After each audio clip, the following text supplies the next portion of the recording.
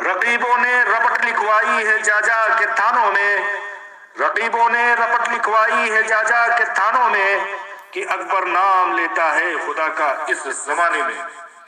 असदुद्दीन ओवैसी 2012 से ही डॉक्टर नौहरा शेख की बर्बादी का ख्वाब देख रहा है। यह एक FIR कॉपी है जो मेरे हाथ में हैदराबाद से बजरिए RTI दस्तयाब हुई है, क्योंकि कुछ बिरादरान ये सवाल कर रहे थे कि भला असदुद्दीन ओवैसी क्यों कर हीरा ग्रुप ऑफ कंपनीज और डॉक्टर नौहरा शेख के खिलाफ दुश्मनी निकालेगा।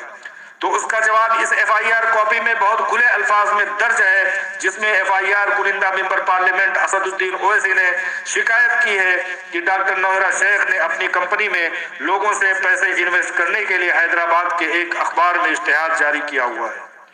दरअसल ये भी अहबाब सवाल कर सकते हैं कि आखिर ओवैसी को क्या दिक्कत हो सकती है कि किसी को अपनी कंपनी में आवाम से पैसे इन्वेस्टमेंट कराए या ना कराए। उसका जवाब यह है कि जब यह इश्तिहार जारी हुआ तो इसमें लिखा गया कि इस्लामी तिजारत में पैसे इन्वेस्ट करें और हलाल तिजारत में हिस्सेदार बने,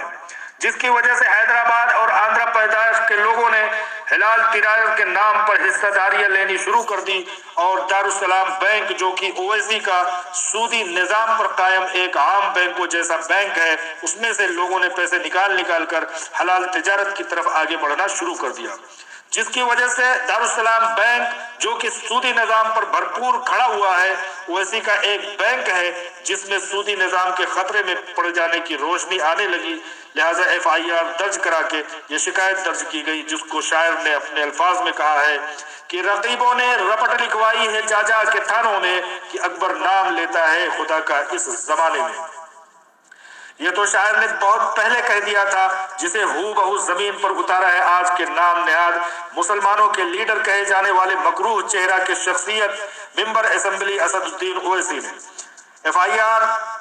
शिकायत में कहा गया है कि डॉक्टर नौहरा शेख इस्लामी तिजारत का दम भरती हैं और लोगों से हलाल इन्वेस्टमेंट का मुतालबा करती हैं। मुमकिन है कि कल ये लोग पैसे लेकर भाग जाएं। ओवैसी ने मजीद FIR में कहा कि मैडम श्रीलंका, दुबई और बैरून ममालिक में तिजारत करने का दम भरती हैं, इसकी जांच पड़ताल की जाए।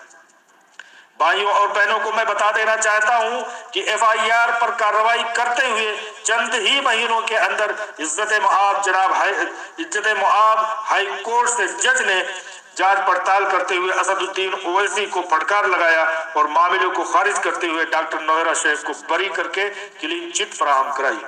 लेकिन इस शुतुरमुर्ग नामी जानवर का ये गंदी आरजू पूरी करने के लिए सोते जागते ही ख्वाब देखता रहा और आखिरकार कुल 8 साल बाद अपने मक्र में कामयाब होते हुए doctor Nowhera Shaikh Heera group of companies की CEO को उनके ही मासूम इन्वेस्टरों को बहला फुसला करके उनके जरिए से FIR कराया, जो कि सब आप लोगों के सामने है। और 16 महीने बीत जाने के बावजूद किसी भी जांच एजेंसी को, मुल्क भर के किसी भी जांच एजेंसी को आज तक 100 रुपए का भी खुर्द बुर्द साबित नहीं हो पाया है।